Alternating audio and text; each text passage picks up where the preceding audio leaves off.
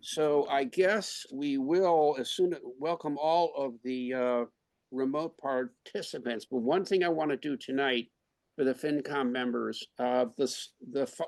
when Stephanie presents the finance articles, I don't think they're that complicated, so I'd like her to get through it. Then you can ask questions. However, when we get to the Charter Commission articles, I'm going to let FinCom members ask questions after each one, because some of that stuff may be new to you folks. And I want to do the same thing with the planning board articles. I think it's a lot easier for FinCom members to ask questions after each article is presented than waiting till the very, very end. So unless anybody has any problems with that, that's the way we'll do it. Mr. Bruce, welcome. Okay, so Victoria, do we have our remote participants ready to start? Oh, we want to do the roll call first. Oh, I'm sorry. Thank you for reminding me. Victoria, would you kindly do the roll call? Bill Bruce. Here. John Kerry's not here. Jim Ferrero. Here. Lauren Fitzpatrick. Here. Seth Frederickson couldn't make it. Mike Gay. Here. George Hertz. Here. Caitlin Jersak. Not here yet. George Loughnane. Here. George Marone. Here. Christina Pettit-Jewix is not on the call yet. Chris Peretta. Here. Sean Weller's probably going to be late. And Alex Yell. Yep, here. Okay. So now.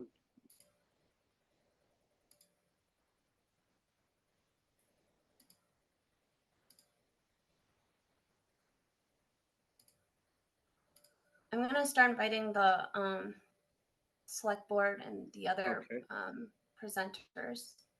Okay. Excuse me, Victoria. It looks like Caitlin is in, but she's still in attendee status and not panelist.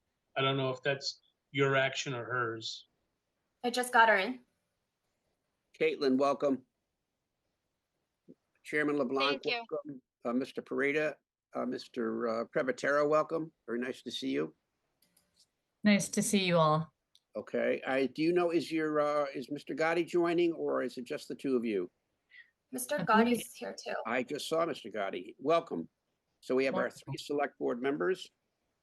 So welcome to you. And I guess waiting for the town administrator and the assistant town administrator and director of finance to join. Is that correct? I see Pat Ahearn is joined. And I see we have Stephanie. Welcome. Hi, good evening. Good evening.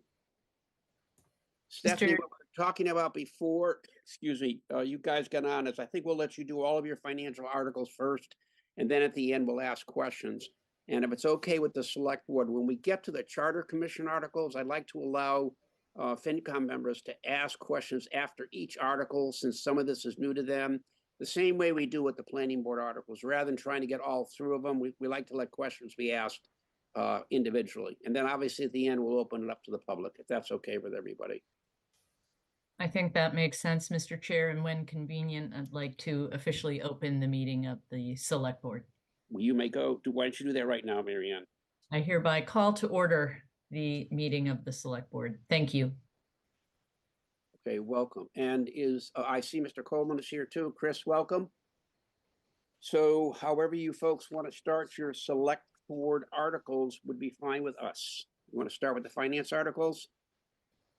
Yes, please. I'll turn this over to Stephanie. Do we have a presentation going, Marianne, or? I do not have that. Okay.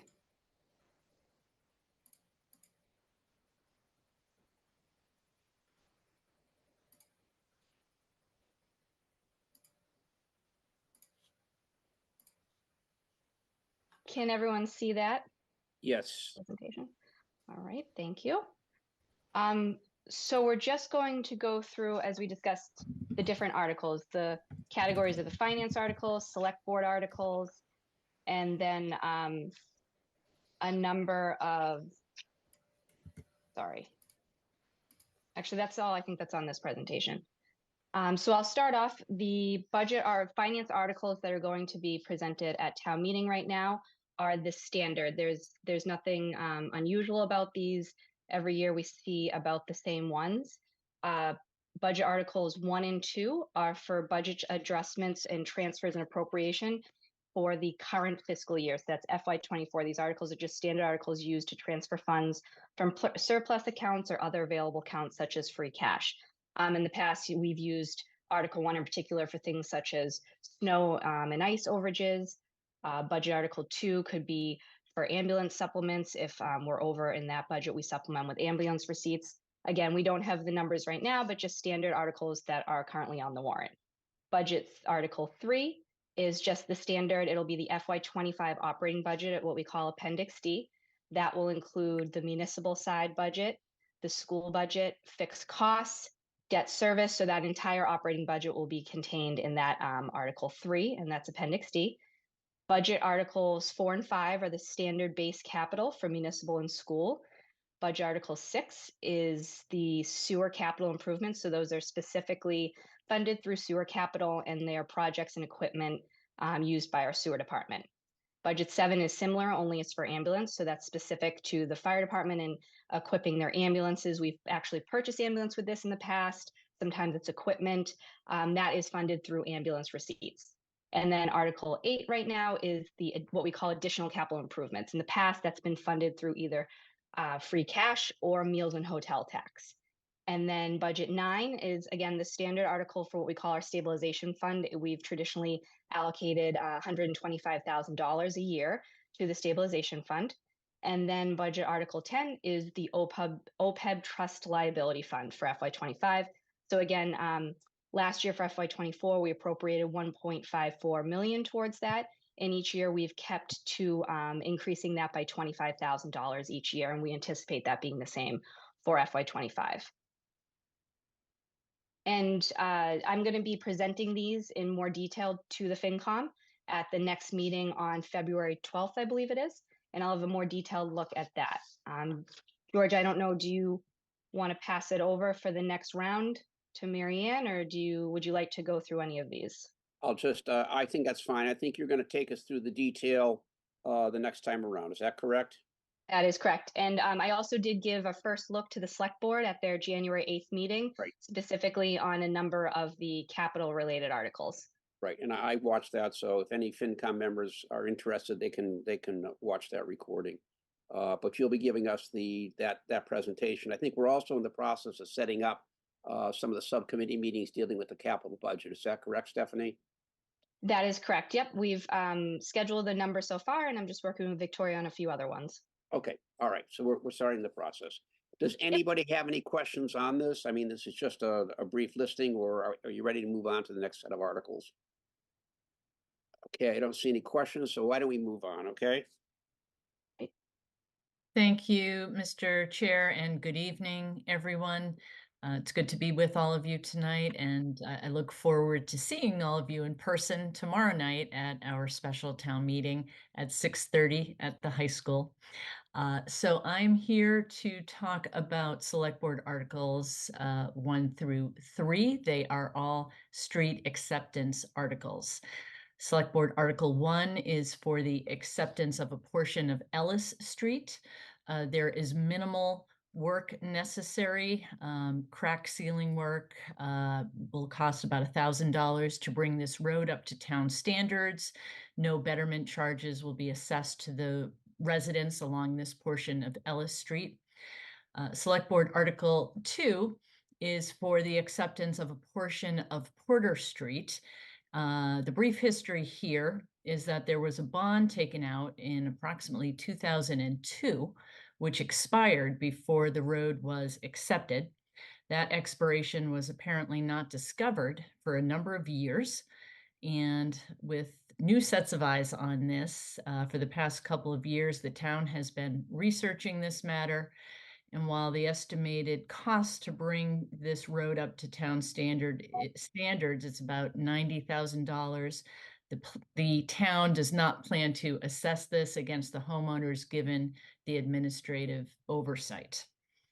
And lastly, Select Board Article 3 is for the acceptance of Hedgerow Lane.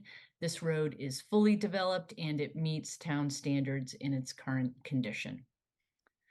And those are the 3 Select Board articles. I'll be coming back at the end to talk briefly about our miscellaneous articles. Thank you. Marianne, who's going to address number 4? Nora is going to address that. Okay. So do you want us to? I can take you through number 4 now if you'd like. Yes, why don't you, Nora, since it's right here, okay? Okay. So this is an article that proposes revisions to the general bylaw related to animal control, chapter 184. Sorry, Nora, I don't want to interrupt. Do you mind if I just progress through the slides quickly? Because I think it relates to what you're just going to talk about right now, if that's Go okay. right ahead.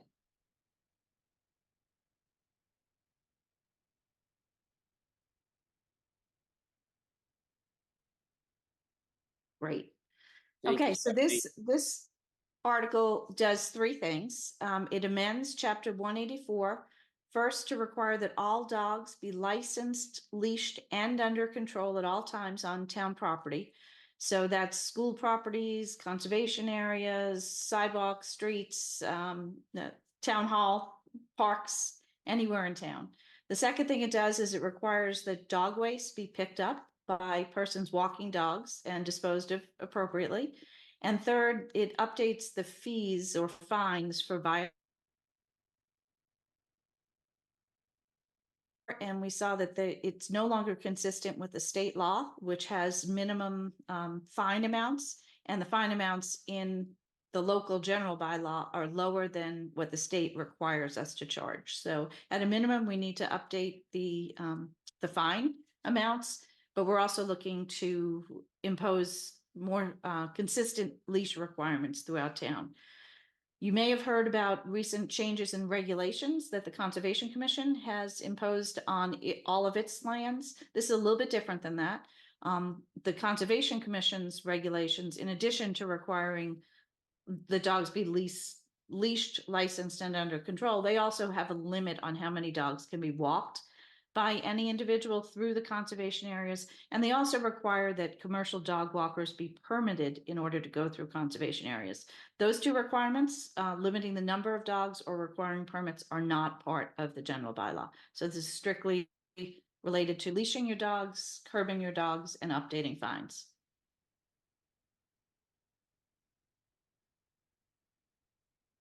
Nora, question, does this apply to Hale? No, this would apply to town-owned property. Only town-owned, okay, just curious. Hale has its own requirements. They have restrictions during the summer season where no dogs are permitted. I believe they still allow dogs between Labor Day and Memorial Day. Okay. And they require that dogs be leashed. Any FinCom members have any questions on this? Yeah, George, this is Chris. Nora, the big controversy here is defining what the term, quote, under control, unquote, means. I'm fully in favor of this, right? It brings us in line with what the National Park Service requires at our nation's national parks. But we need to make sure that the term under control is very objectively defined. And I would even be in favor of eliminating that entirely and just saying all dogs must be leashed. So what we say is leashed and under control as opposed to leashed or under control. So we're requiring both. So the way the bylaw is currently written and the way that we're proposing to amend it, you would not only have to have your dog on the leash, but the leash couldn't be 40 feet long so that the dog could jump without you being able to pull it back. So, so we're trying to impose reasonable regulations for the safety of other people walking on the streets or through our parks or conservation areas on school property. So I think that's why we're looking to do both leashed and under control. But the current bylaw does have definitions of out of control. They have a definition of restrained as opposed to unrestrained. So we can take a look at firming up that language and making sure it's as consistent as it can be. Glad to hear it. I'm all in favor. Yeah, and a similar comment, Nora. The words you used were leashed, licensed, and under control, but the text on the screen doesn't say licensure. So I don't know if that's language that was erroneously omitted and needs to be added, but just to let you know, there was an inconsistency there. Okay, so the general bylaw does require licensing. Yeah. So I will make sure that the title in the article that makes it to town meeting and makes it to you at your next hearing has the proper language in it. Oh, I see. No, so that's my error. So you're just showing the change that's being added. We are, yes. Okay, thank you. Mr. Maroon, I think the slide is illustrative and not representative of what the warrant article said. Yep, thank you. Appreciate it. So Okay. Nora, I've got a quick follow-up. So while this will require town property to have this control leashed and under control, the Conservation Committee will have their own set of rules for those areas. So we will not be adopting a maximum of 2 dogs. That will be a Conservation Committee. They can enforce that. The town will not be enforcing the Conservation Committee standards. So the Conservation Commission properties, the control on those properties or violation of the Conservation Commission's rules can be enforced by the police, and they can also be enforced by the conservation agent. Because a lot of times people are walking on the conservation areas outside of normal business hours. It makes more sense for them to be enforced by the police. And any general bylaw sections are generally enforced by the police. So in the conservation areas, we have dual control. But the limits on number of dogs, that's only on the conservation areas. We're not imposing that on other town properties. And then the school committee can impose whatever regulations it wishes to impose on its own properties. I believe school properties currently have restrictions during certain hours of the day where dogs cannot be walked during the school day. Thank you. Okay, any other questions? All right, thank you very much, Nora. I know we'll see you later on the planning board articles. So are we going to shift to the charter review committee at this point? And I want to welcome who is going to be attending. I want to welcome them. The Charter Review Committee is attending, George. Okay. I don't see anybody on the screen yet.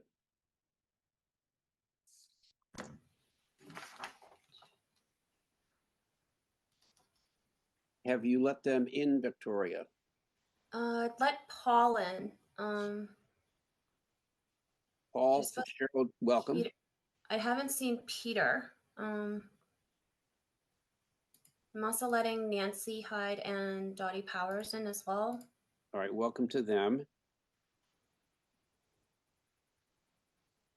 I know the Pat Ahearn is ex officio, as is Chris Coleman. So I guess the other one, you may be waiting for one other member, I guess. Mr. Chair, John Loughnane. John, welcome. So I think, are you waiting for Peter? Because I know Paul is here. Is that the one person you're waiting for?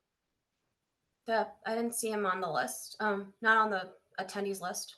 Okay. All right, Paul, do you want to, who's going to do the presentation? Paul? I'm going to take the lead, but my fellow committee members will also be happy to answer any questions and provide any additional information, as would the town council, who is very much involved in our proceedings, Mr. Chairman. But at the outset, with your permission, I would like to call a meeting of the Charter Commission order, since we did duly notice that we would be here. Okay. So pursuant to the public meeting notice and the general laws of the Commonwealth, I call them the meeting of the Charter Commission to order. I note that present are members Hyde, member Powers, member Loughnane, and I believe member Cahill will be joining us, and ex officio member Mr. Ahearn and Chris Coleman. Well, let me just welcome all of you. I know this has been a lot of work on your part, and if it's okay with you, Paul, what I like to do is, as you present each article or then stop, let the FinCom members ask questions, okay? Rather than going to all of them. I think that makes it easier, since this may be new information to some of the FinCom members. So however you want to start, please go right ahead and start. Okay, I saw that we did have a list of the articles, and we did submit a presentation. I don't know if Victoria can access that PowerPoint. Yeah, I can definitely pull that up. Yep, Want to screen share that, Paul? Okay. So let me just say at the outset that the reason why, Mr. Chairman, we have a number of articles is because we characterize the changes in various ways. Substantive articles that we believe make substantive changes to the town and its how it functions. We have what we would consider to be more technical articles that, for example, to make it change the name of the April town meeting to the annual town meeting because it oftentimes does not take place in April. And then we have what we would call housekeeping articles, which are we need to renumber, move things up, that sort of thing. But what we want to do is we want to make it easy for the members of the FinCom and equally importantly, the members of the town meeting to understand what each article is and what its impact would be. So that's why we wish to have a number of articles. As you know, Mr. Chairman, sometimes when you do an omnibus article, it's hard to follow and understand exactly what the changes are.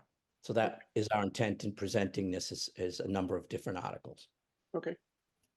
So I think the first article I saw was for the quorum of the town meeting, which we consider to be a substantive change, which we, for purposes, we call Article A. What the change there would be is we are not changing the quorum number of the town, which is a 175. That would have to be changed by bylaw. The only change that we're proposing is that once a quorum has been established, that it remains in place for the life of the town meeting, so that a quorum call would not disrupt town proceedings, making us have to move to another night, that sort of thing. We think that this is a good way of doing business. It enables the town to hopefully conduct its business in one evening. It makes it convenient for the voters of the town. It also doesn't require the town to incur additional expense in holding meetings over, and it's consistent with the trend that other cities in town, I should say, other towns are following regarding quorums. In fact, some towns have moved to what's called the zero quorum, which is whoever shows up is the quorum for the town meeting. We are not proposing that. That's something that should be addressed in the bylaw. We're simply proposing that once a quorum has been duly established and certified by the town clerk, that the town meeting conduct its business and the quorum cannot be challenged. That's the first article. I'm happy to answer any questions. Any questions from FinCom members on this?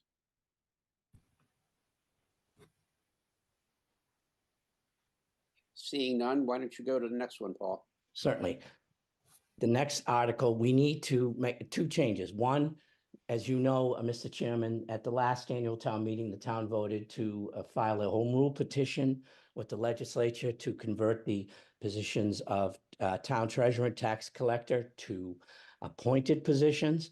That legislation is currently in the state Senate. We have every reason to believe that it will be passed and signed by Her Excellency the Governor. But in anticipation of that, we need to adjust the charter to reflect that the town treasurer and the tax collector are no longer elected positions. So that's in the nature of a technical type change, but we wanted to make it clear. The second thing that we are proposing is that the town clerk move from an elected position to become an appointed position. And so we would have a transitory article that would make that position become elected after the tenure of the current town clerk. Paul, just a quick question on the first. Yes. Do we need to wait for the governor's approval in order to change the charter? Or are we going to change the charter preemptively before the approval? I think that we anticipate that we'll have the approval, but we don't want to have to come back and reopen the charter. So we thought it advisable to, if the legislation hasn't been signed by the time of the town meeting, we can address that. But we wanted to have that for convenience and in the interest of economy of town meeting operations. Thank you. And Paul, who would appoint the town clerk? The town clerk would be appointed by the town administrator, similar to the way that the police chief and the fire chief are appointed. We anticipate that there would be a selection committee, similar to the way that we have done it with the other appointments. That's would be Just for point of clarification, Paul, the chief's DPW director or town council are actually appointed by the select board. So I'm sorry. So there are many positions where the town administrator is responsible. For instance, Nora's position That's right. being one of them. And the assistant town. The assistant town administrators, both of them in their roles. So just out of curiosity, then why would this not be appointed by the select board? Well, because of the nature of the administrative duties that the town clerk would be performing, we need to have somebody who could be a day-to-day operational supervisor, Mr. Chairman. The point being here is that the town clerk's office has now become a focal point for the administrative duties of the town in terms of licensing, but most importantly, in terms of elections. And so it's our belief that we're fortunate right now that we have a town clerk who's presently appointed as a pursuant to an act of the legislature.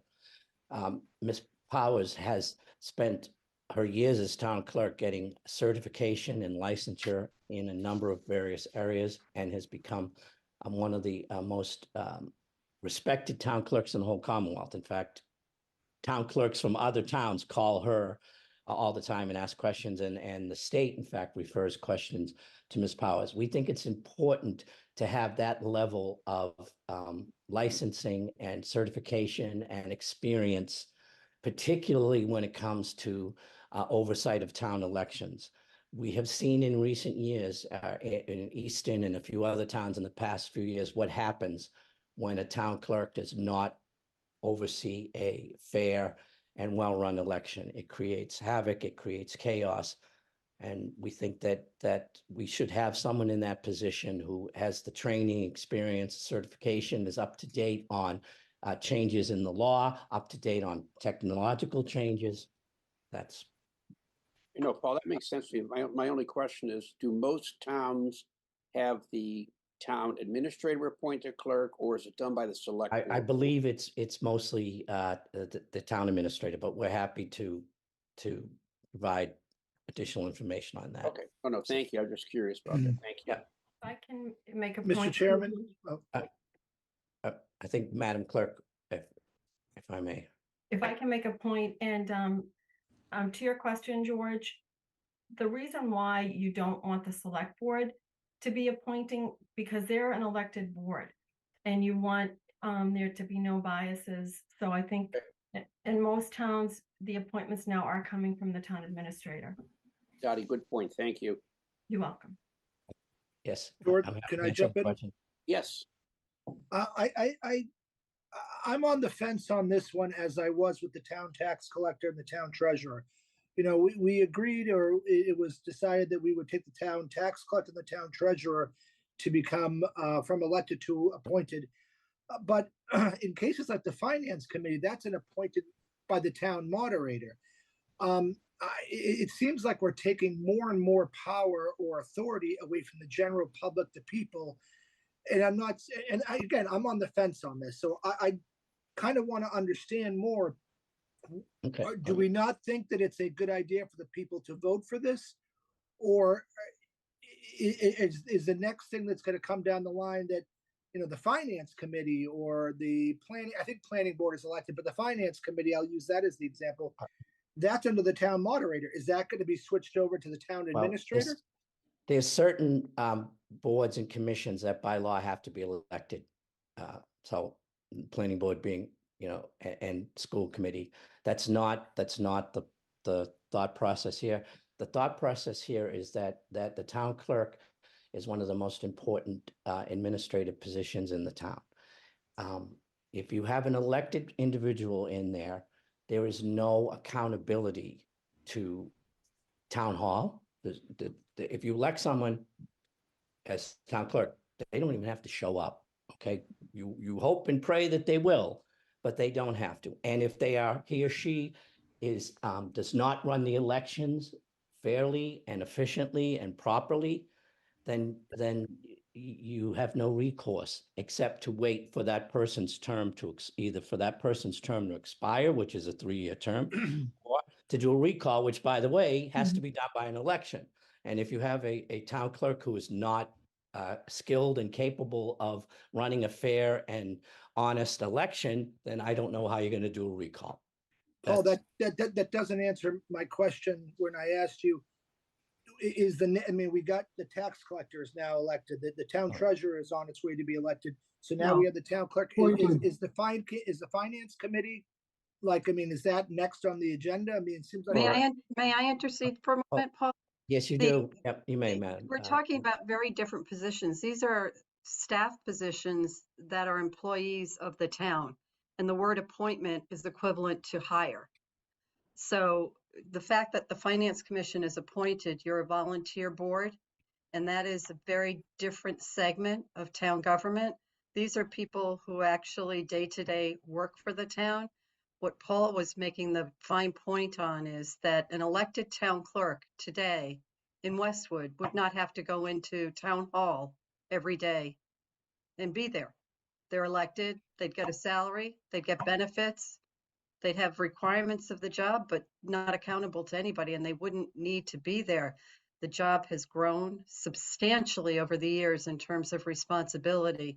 And what Dottie has educated us on, and we're hoping not only tonight, but when we come back for the public hearing, is to explain all the roles and responsibilities of the town clerk and how significant it is. And you want to be able to hire skilled people, and the election process may not deliver somebody as talented and dedicated as we now have in the town clerk position. And if I might add, I don't, the Charter Commission doesn't have an agenda. We meet once every decade. The only position other than the tax collector and the treasurer that we are recommending, again, be made appointed is the town clerk. We see no need to do any other changes to the way the town governs itself. Thank you. Nancy, I appreciate that explanation. That made sense to me. Thanks, Nancy. George. Well, thank you for asking the question, because there's so much information that we've assembled, and we're here to try to do just that, help you understand how we got to our position and our recommendation. On the converse, the town and the voters don't have any authority to deal with the town manager. The town manager is appointed by the select board. So in one part, you say that the select board shouldn't appoint the town clerk because it's of the political connections, but the town manager answers to the select board.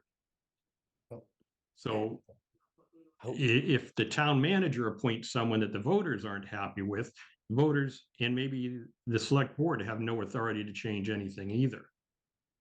First of all, and you're assuming that the voters, a qualified candidate won't run, and then the voters can't make the right choice. What's next? Do we do away with the select board? When people run for office, not many of them have had experience to that position before running. I don't think any of the select board have had experience running town government before being elected. The finance committee has all sorts of backgrounds on it, nothing in particular. But I don't think that we can pigeonhole any one person to appoint the town clerk. Well, I would just say that, first of all, there's 3 select board members, and they are accountable to the entire town, and they're accountable to one another. And you do get a different degree of experience, knowledge, and you always have what they call institutional knowledge by members who have served prior terms. The danger that we're just bringing to the voters to consider is, particularly when it comes to the integrity of elections, that if you have a town clerk, the town clerk is elected for 3 years, accountable to no one except the voters at the end of 3 years. A town administrator is accountable to the select board. The select board is accountable to the voters every year. one member of the select board is coming before the voters. We just But concerned. not a majority.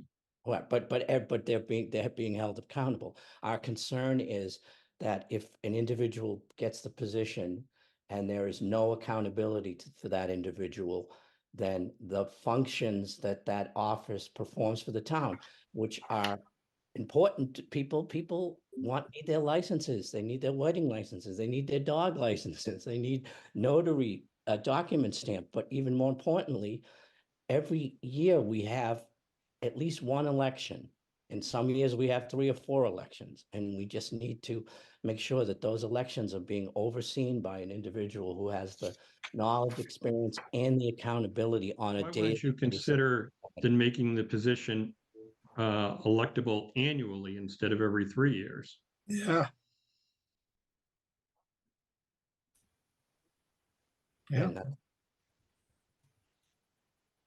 Let me recognize Mike Gay. Mike, did you have a question? And then I'll go to George. I Maroon. do, but George, I'll just, I'll defer to George. His hand was up first, and then I'll I'm jump. sorry, I didn't see it. George Maroon. It's kind of you, Michael. Thank you. So I just wanted to ask a question about a comment that was made about no accountability and no recourse. It's my understanding that any elected official can be recalled.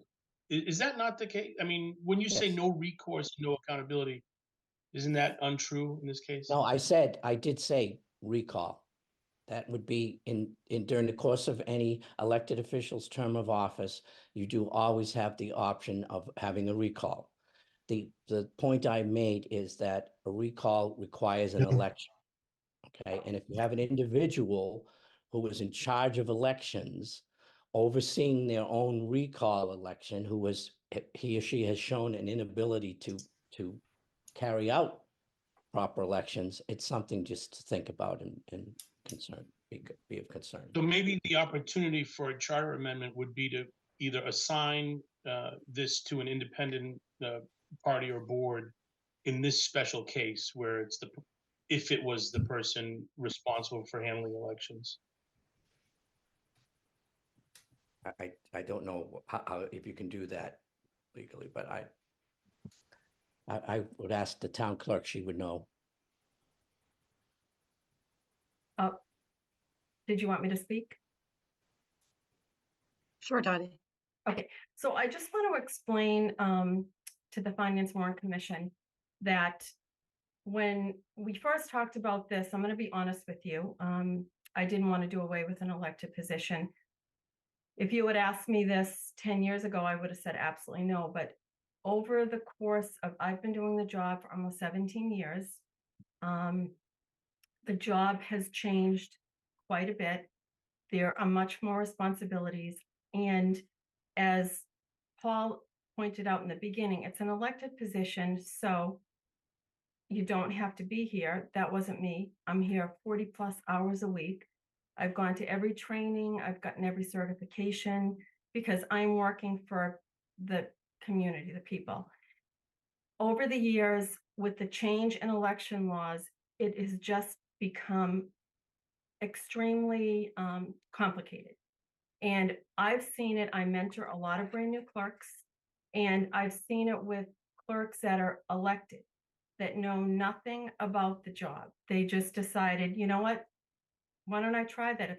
It's a paid position, and it's been really difficult. You know, elections has called me and a lot of other clerks in to help train these clerks. It's become much more professional. You know, back in the day, again, anybody could run for the position, but it's much more professional. It's, you know, we're part of the executive function group in town. You know, I could talk to you for hours just to explain to you just how much more complicated the job has been. And to have, let's just say, to have somebody elected every year or every 3 years, to have a new person in there, it took me, no exaggeration, at least 6 or 7 years to learn the job. And then now, every year with the new election laws, things are changing again. So far this week, I've already been on 3 trainings just about all the new election laws, the new vote by mail. We have 4 elections this year coming up. and again, I don't want to see an elected position taken away, but this is something different. This is an actual full-time position. You're committed, and you're not committed for 40 hours. You're committed for the time it takes for you to get this, what you need done, especially around election time. And if you have somebody in the position that knows nothing about elections, I mean, it doesn't look good on the town. Let's put it that way. Especially with elections, everything has to be perfect. Not just, let me learn as much just to get by this election. No, it doesn't work that way. You have to know so much because you don't want, in the end, it's going to hurt the town. Dottie, thank you. I think obviously you've done an excellent job and set a very high standard. I want to go back. Mike Gay, did you have you deferred to George Maroon? Do you have a question? Or I'll make a comment and then I'll just kind of ask a question. So my comment is the town got it right with you, Dottie. And so I'm on the fence of the town, will elect the right person. And I think the town can come together to look like, let's say that you at some point decide that you're moving on to, find the right candidates to potentially run. And so I think this is, I see both sides. My position would be, it's not broken. We have the right person here, and we will continue to put the right people, in the place to be the clerk. That would be my first choice. My second is, as you're seeing these new, clerks from different towns come in, are there any examples? And Paul, I appreciate the perception that they could just not show up and just, collect a salary.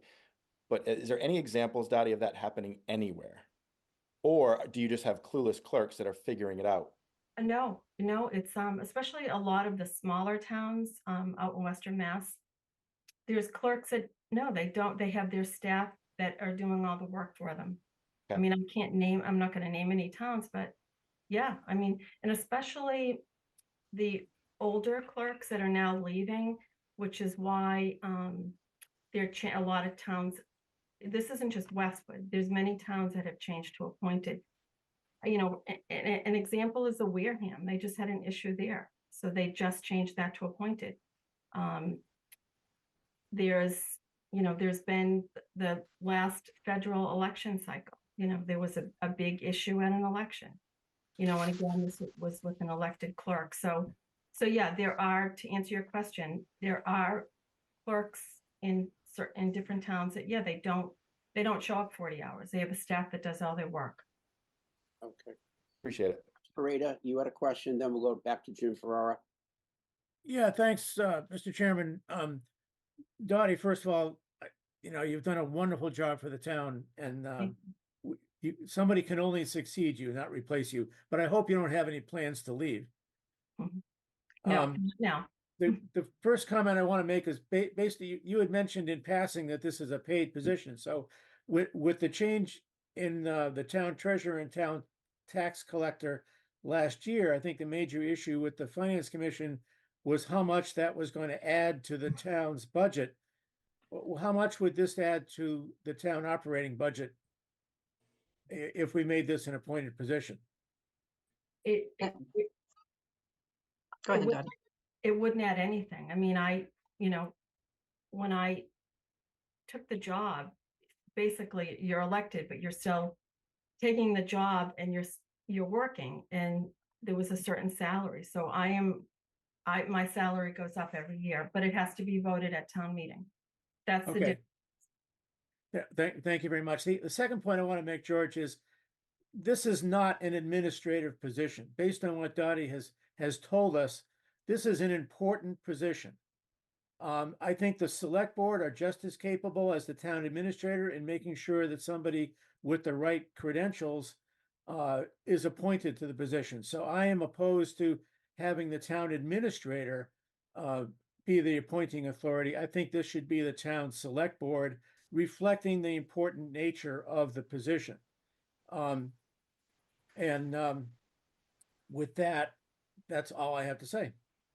Mr. Ferrara, your hand's up. Thank you.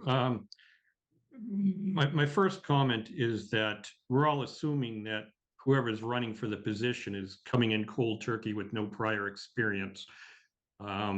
We all know that most people that run for these positions outline their credentials, and I would hope that qualified candidates come forward.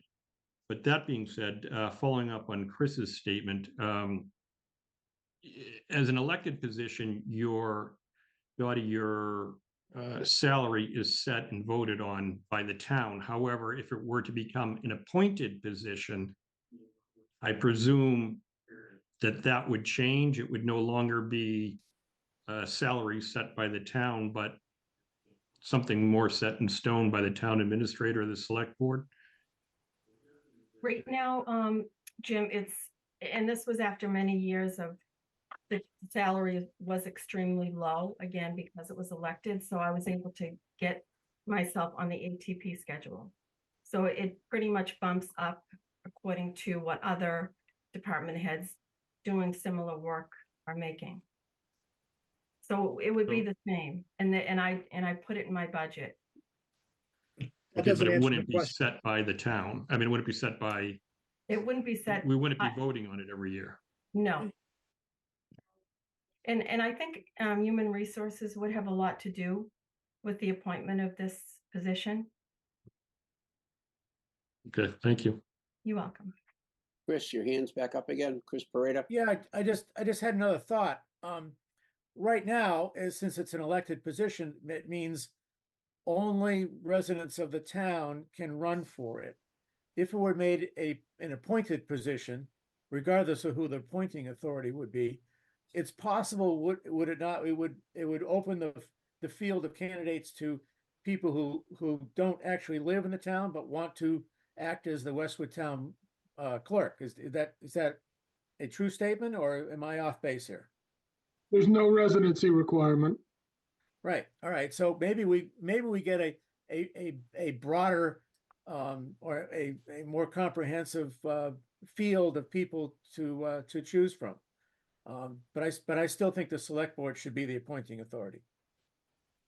And actually, Chris, it's how it's changed in other towns to appointed clerks. There are certain requirements that, most of the job description, you have to be a certified clerk. So that would mean it would be somebody that's already been an assistant in another town and has worked towards certification, has experience in a town clerk's office, or it could be a town clerk that's appointed in another town, again, that has the certifications, the education that would potentially apply for it. Thank you. Would you like me to? Are there any questions? I don't see any. Oops, I do. I see Bill Bruce, you have your hand up. Yeah, I have a few questions more around trying to understand some data behind this. And, you might not have this, but hopefully next time you come before us, you can bring it. But I'd like to understand the number of towns that have appointed versus elected. And then in terms of the ones that are appointed, I'd like to understand who is the one appointing it. Is it a select board versus a town administrator? So I'd like to understand some of those data points across the Commonwealth as we consider some version of this in a few months. Bill, I think those are two excellent points in terms of additional data being needed. I'm trying to go through the screen here. I see Mr. Gotti has his hands up. Hand, not hands. Thank you, Mr. Chair. Bill, with respect to your question, one of the things that I know the Charter Commission had was a presentation, maybe more than one, by the Division of Local Services that talked about a lot of the data. They presented a great deal of that information. And I believe that is a recorded meeting. So I don't know if that's something that we could get to Victoria to share with you all to maybe answer some of those very questions. Yeah, Rob, I'm not sure it covered town clerk, though. We'll have to go back and check. I think it was focused on tax collector and treasurer. I'm very happy to work with the town clerk. Dottie, you still have your hand up? Your hand's still up? But we'll look into that, Rob. And I know Dottie knows what is happening in the town clerk's offices across the Commonwealth, and she brought some of that insight to the commission meetings. And so we're happy to we want, the whole point of all this, Mr. Chairman, is, and one of the reasons why we broke this out into so many articles is because we want a robust and well-considered debate on all of these things. Paul, And if I could just add, when we follow up to Bill's request, we have been advised by also our legal counsel specialist on the charter work we've done broadly about how the town clerks are moving towards appointed versus elected. What we don't have tonight is the data that supports that, but we've been advised by outside parties on this along our way. Paul, one suggestion I can make to you, especially if you're going in front of a public hearing, having some of that data available, I think would be very helpful, because I think you're probably going to get, I think some of the questions you're being asked by the FinCom are reflective of the questions you may get asked at a public hearing. So my just general guidance is I'd have that data available. So I think it'd take a lot of the questions off the table. We're happy, and we are going to have a public hearing, Mr. Chairman, on February 13th. Right. You may want to have some of that data available in your presentation. Yep. Any other questions on this issue? Okay, Paul. George, yes. Just a procedural question, and I guess it's for you or for Mr. Ahearn. These are select board articles. Does the finance committee have to vote on each one and then pass their recommendations on to at the town meeting? Yes, yes, there are articles in front of us. Yes, the answer is yes. And then we could approve 1 through 4 and then say no to 5 and 7, and it would be public. We have a responsibility to make a recommendation on any warrant article brought before us, whether it's finance or not, and then we will take our vote and make our recommendation. Okay. Thank you, George. And that is the motion that goes before the town meeting. And may I add, that's what happened the last time there was a charter review commission, and also last year when we brought the 2 other articles forward. Okay, do you want to go on to your next one? I'm happy to, Mr. Chairman. If we can move forward on the slide. Oh. Victoria, yep. Can you move to the next slide? Victoria, yep. Is it not showing? It is now. It is now. What we call Article C, which is one of the articles, relates specifically to the Finance and Warrant Commission, and we also made this a separate article so that this body and the town can understand exactly what it is that we're recommending. The first is that we would recommend that the number of the FinCom be no less than 11 and no greater than 15, which is its present number.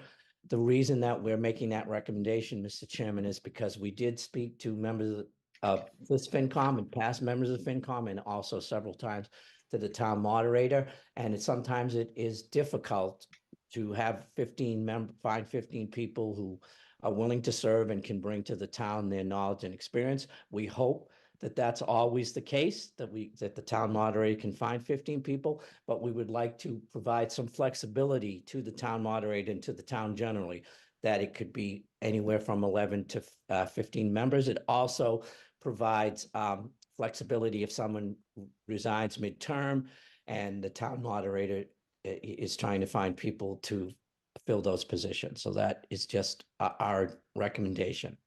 The second thing that we recommend is part of this article is that, and this is something that we heard from FinCom members, from members of the board, the select board and others, we recommend that FinCom members be allowed to be appointed as ex officio, in other words, non-voting members of other boards and committees.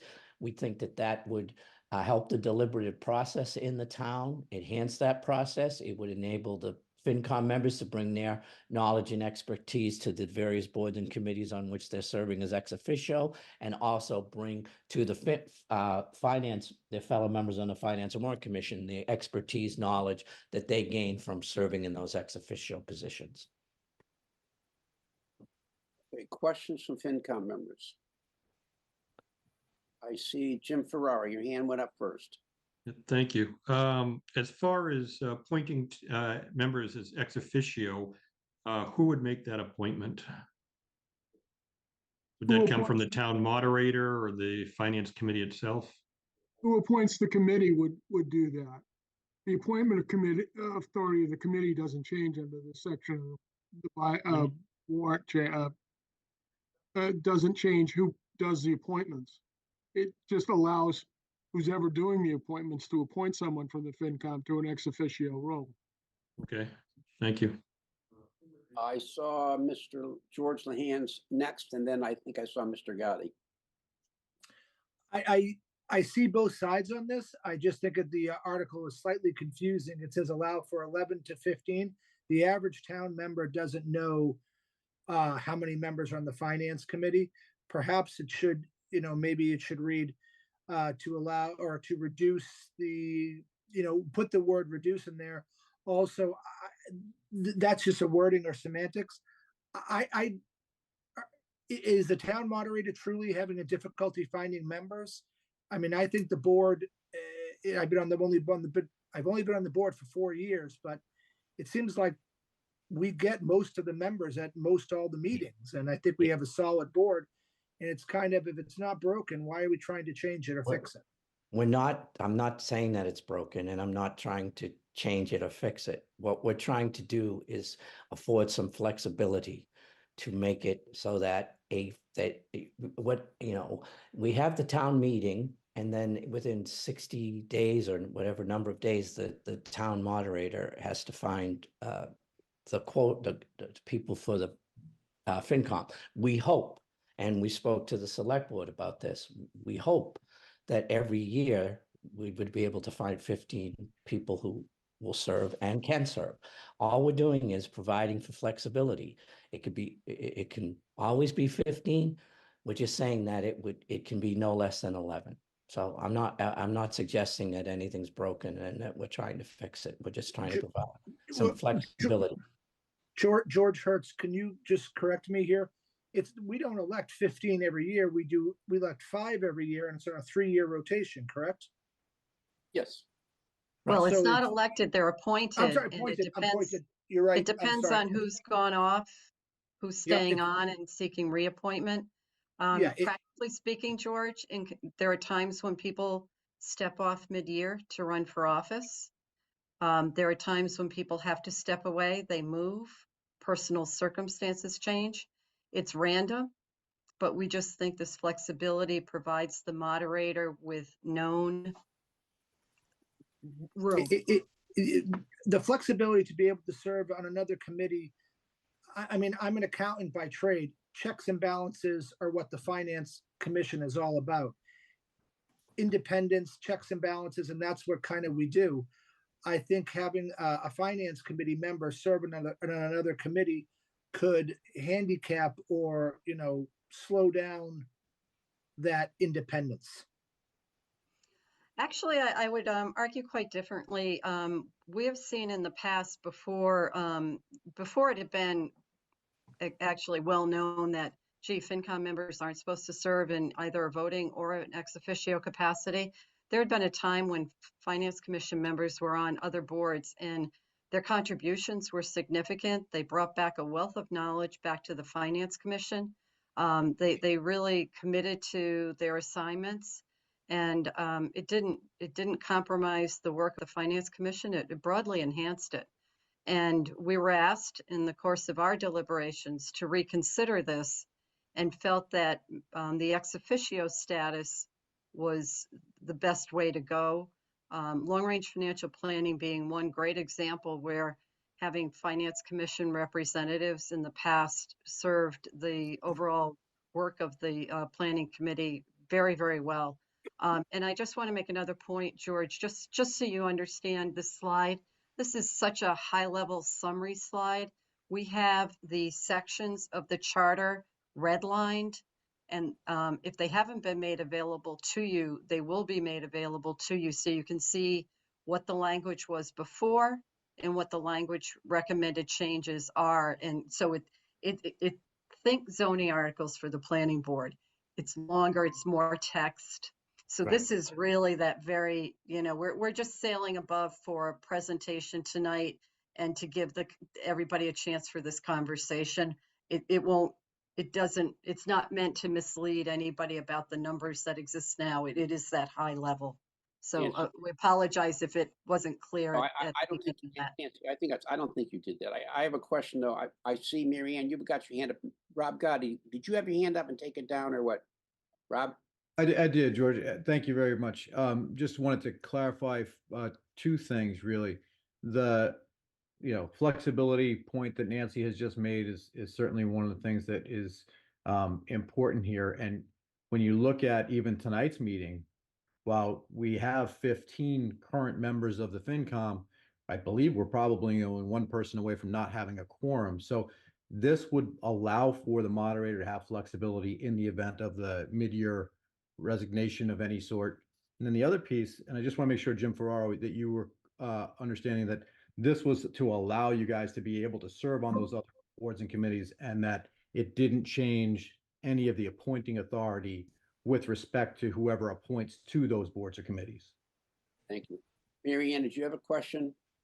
I just had a brief comment, George, if I may. Thank you very much. On this point regarding the ex officio members, I just wanted to point out that I do think it enhances our town government to allow for FinCom members to serve in other capacities, and hopefully not embarrassing your chair, but I will point to the example of when George Hertz served on the public safeties task force and also the Islington redevelopment task force, and having George in that role, knowing as much as he did about the town's working, because everything goes through FinCom, I think was a huge benefit to those task forces and to the work that they did. So I'm very much in favor of that. We had another gentleman who was our energy representative on FinCom at the time, who was unable to serve on WEAC. And that was too bad, because he really had a lot to contribute there, but was unable to do so when he was on FinCom. And I am also in support of the flexibility as far as the number of members. However, I do feel strongly, as Mr. Fitzgerald said, that the moderator should strive at all times to appoint 15 members so that we have the broadest, most diverse cross-section of appointed members on FinCom. But I do believe that it's more years than not that FinCom loses folks for personal reasons. And this allows for FinCom to be in compliance with our charter if we do lose members, and to have that flexibility. Thank you very much. And Mr. Bruce, and then we'll go to Bruce, and then we'll go to our Vice Chair, Bill Bruce. Yep, thank you. I guess my question would be why 11 to 15 and not like 13 to 15? There's when you're talking about 15 people and the way we vote to put stuff forward from a Finance and Warrant Commission to the town, you're talking about, 8 out of 15 majority. When you cut down to 11, that's 6. I mean, 15 to 11, that's 26%, of the size of the group. That seems like a wide swath to work with. And I know I've only been on the committee, I think 5 or 6 years.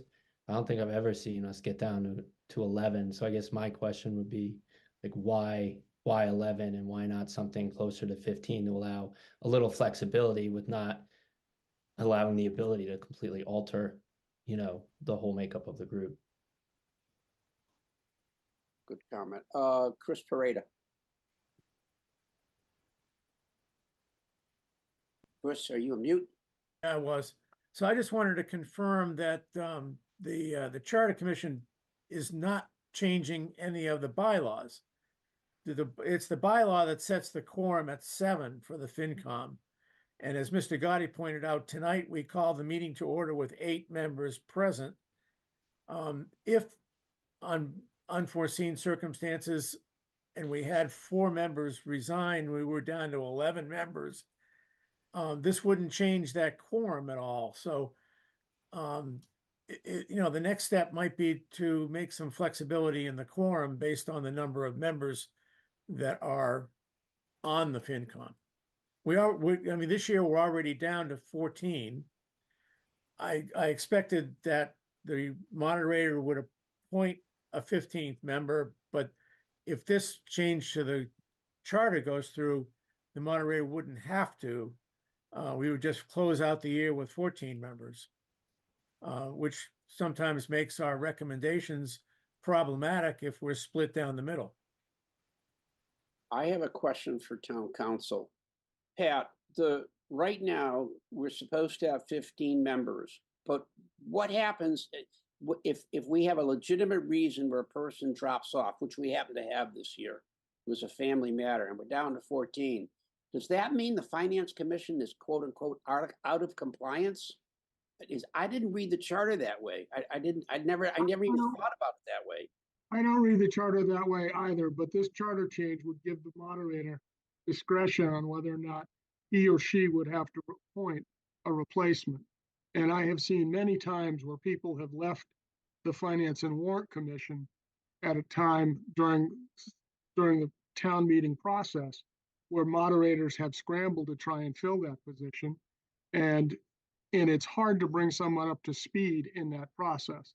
This allows that to happen. But what I don't understand is we start with 15. If for legitimate reasons during the year, 1 or 2 members drop off, and the moderator at that point in time doesn't have folks who it's the middle of the year, and we have 13 members, we're still operating in full compliance, right? Yes, I believe that you are. Okay, so then I'm a little confused with this 11 to 15, because one of the arguments I have made when I came in front of the Charter Commission is I have felt that when there are 15 members on the commission, you get incredible breadth and depth of understanding of what's going on in the town. And so it's a divergent set of values and views. So I actually think it's extremely important to have the 15 members on there. And yes, there are occasions when, because of family illness or somebody moves out of town or somebody's work changes, that we may have to operate with less than 15. But I get concerned if all of a sudden, we just have 11 and that's the way we start the year off. And frankly, look, one of the roles of the moderator, if you decide to run to be moderator, is to find FinCom members. I happen to think very highly of our current moderator, and I think he has produced some excellent candidates. But I'm not sure I'm comfortable.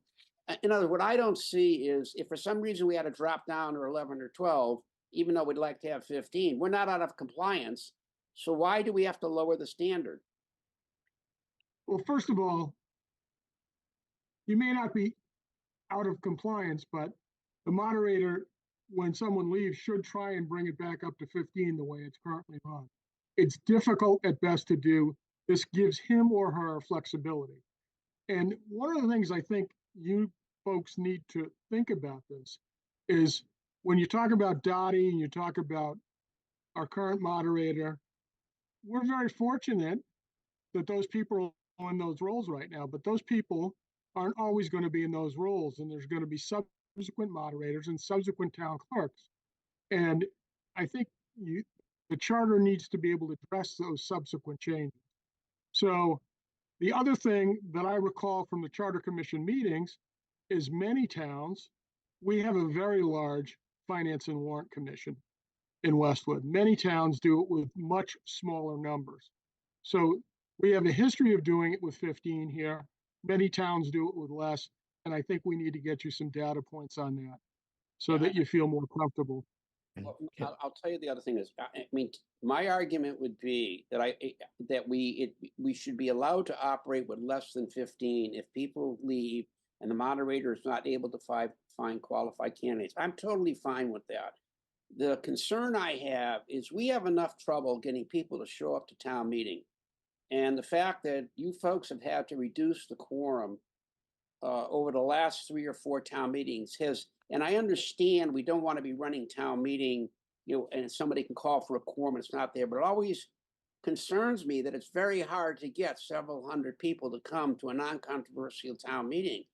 And one of the benefits of a larger FinCom in this environment, you get the pulse of what's going on in town.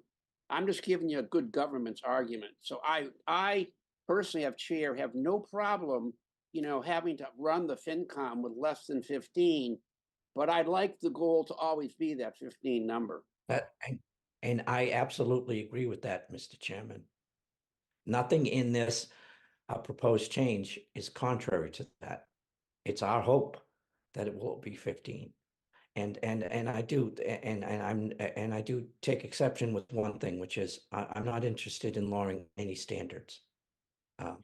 Paul, I didn't mean to say that. I know, but I don't want people to think that this is not about that. This is it may be hard to get qualified people, but I think it's one of the strengths of the Finance Commission that we've ended up. If you lost one more person, you'd be at 13. Lost one more person, you'd be at 12. All we're trying to do is to put into the bylaw, if it's a safe harbor, as they call it in the law, to give the flexibility. Where's the safe harbor? Because if you got down to 11, let's assume we started at 11, and somebody got sick and somebody left, so now you're down to 9. I don't understand why it creates a safe harbor. Because it gives, when I say safe harbor, I mean in terms of the moderator, Mr. Chairman. Okay, all right. Anyways, I've just expressed my personal view. Nancy Hyde, you've got your hand up. I know it's going to be a thoughtful statement. Oh, well, thank you, George. I wanted to go back to one point that Chris Pareda, you had mentioning the need for a follow-up in the bylaws. That's absolutely right. And as we did about 12 years ago when the charter went through what I would consider a major set of revisions, it was followed up by a bylaw review. And that is the intention this time as well, that the select board would likely want to create a group to review the bylaws and then make sure they synchronize with any changes that get approved through this process on the charter. Any other questions or comments? Do I see any other hands? Okay, let's move on to the next one. George, I did have a question. Oh, I'm sorry, I didn't see. No, I've got an invisible hand. I'm working on it. I'll tell you what, Mr. Preveteri, all you got to do is wave and we'll recognize you, okay? All right. Fair enough. Let me pull this down before I forget. Okay. I think this has been a terrific discussion. It's very enlightening. I just wanted to say that Dottie, we're extremely fortunate to have someone of her caliber and dedication to the town. She's done an outstanding job. And Dottie, your comments tonight were extremely helpful for me. I do want to say I'm leaning towards per Jim's observations that the appointment to have the town clerk's appointment should be done by the select board, by elected officials. I think that may be in the town's best interest. And that's all I had to say. Thank you, George. Thank you, sir. Okay. Is any other questions before we go on to the next article? Paul? Okay. The next article, Mr. Chairman, which we're calling Article D, is partly reflects best practices and what's currently going on in terms of how human resources works in the 21st century. We are recommending that the Personnel Advisory Board, that there's a shift, that it shifts from the Personnel Board to the Personnel Advisory Board, and that the board advise the town administrator and the human resources director on a regular basis regarding revisions to the town's classification and compensation plan, rather than imposing on the need to, before, when you do hiring, to go to the personnel board. It's time consuming. It doesn't enable the town to act as quickly and as efficiently as it needs to when hiring people.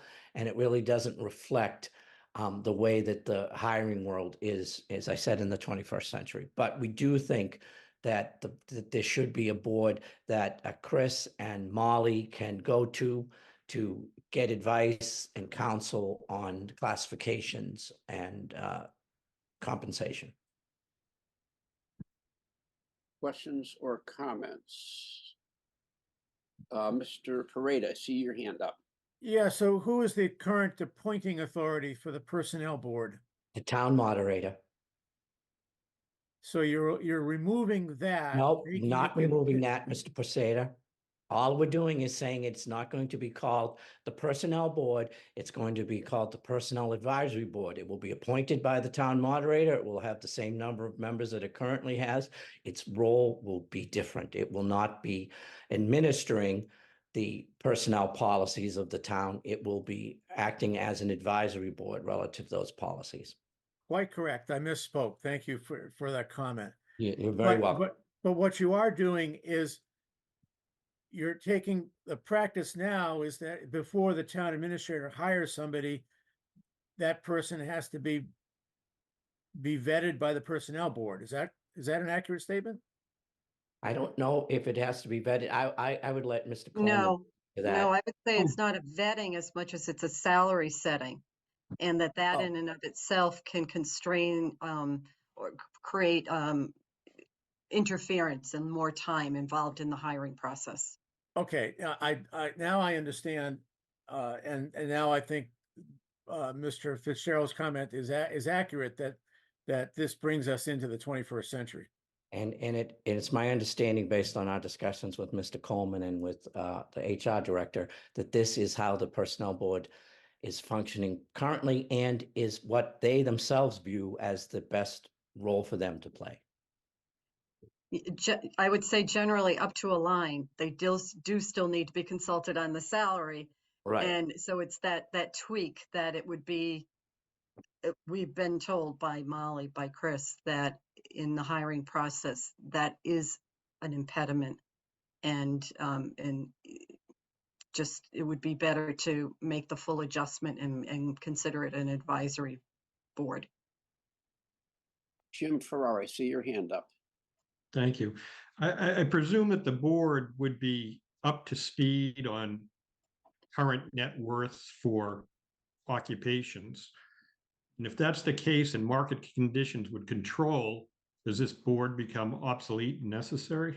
I would think, well, based on our discussions with Mr. Coleman and the Human Resource Director, they don't think so. They like Molly said to us and Chris did, that they like the idea that they can have a group of advisors that they can go to and present data to and get ideas and thoughts and stuff like that. So I don't think it's obsolete. I think its role should reflect what it does and what its best practice. Okay, any other questions? All right, let's move on. The next one is also what we call article E, is a substantive article, Mr. Chairman. What it does is it adds flexibility to the makeup of the permanent building committee. For example, under state law, they are supposed to have a member of the school committee included on any school projects. This would make sure that the charter reflects that.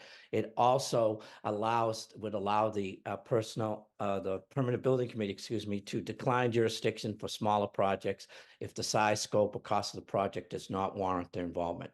It was the the permanent building committee, Mr. Cummings himself and other members of that committee that suggested that this would be a better way for them to function. Questions, comments? Okay, next. The next are what I would call technical articles. These are edits intended to make provisions of the charter cleaner, easy to follow, or allow the respective town officials or appointees to function more effectively. For example, the charter presently says that a procurement of $100,000 or more has to be, so the select board have to sign off on it. We think a better approach would be for the select board to set a policy each year as to what amount of procurement they want to give the town administrator discretion to do. Also, technical articles would be clarifies that appointments by the moderator are for 3-year overlapping terms, and that a quorum will be a majority of those then in office. So there's a number of them, and we wanted to put them in a separate article so that when this committee and the town meeting looks at it, they understand those technical changes. Questions? Okay, Paul, next. The next are what I would call housekeeping articles. Those are articles that are needed to correct typos, reformatting, renumbering, or need to comport with state law. For example, we have some references to the charter to pursuant to Massachusetts General Law, chapter such and such, which is no longer correct. So we need to address those. And we have things where sometimes we call it a public meeting and sometimes we call it a public hearing. So we would recommend that they reflect the same wordage. And it's those type of housekeeping articles. Again, they would be presented in a separate article so that this committee and the voters can understand what those are. And when you get to see the red line version, in some cases, there was repetitive language in several sections within an article of the charter. And we did things to bring the common language up to the front of ABCD under an article. We wanted, one of the objectives we had was to make the charter itself more user-friendly. We wanted it to be very clear, very understandable for anybody picking it up. And we found that there were places that we could just clean up the organization of it, not the content, to make it flow better. Yes, for example, as to Ms. Hyde's point, there was in one of the sections, every paragraph had something about associate members, which was just repetitive and redundant.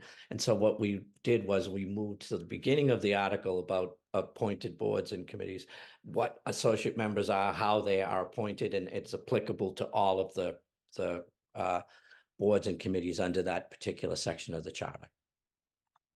Paul, and are there any more? The last one I think is I don't know if we're doing the housing authority one. I don't know if that was. Yes. Oh, yeah, yes. So presently, the language that exists regarding the housing authority is not only archaic, but it doesn't reflect state law. It talks about having housing authority unless we get a waiver from the Massachusetts Executive Office of Housing and Livable Communities. First of all, it's not called the Executive Office of Housing and Livable Communities. They don't do the waivers. So we would simply have it be simple language that says there shall be a housing authority of 5 members elected and appointed as provided by law. Questions?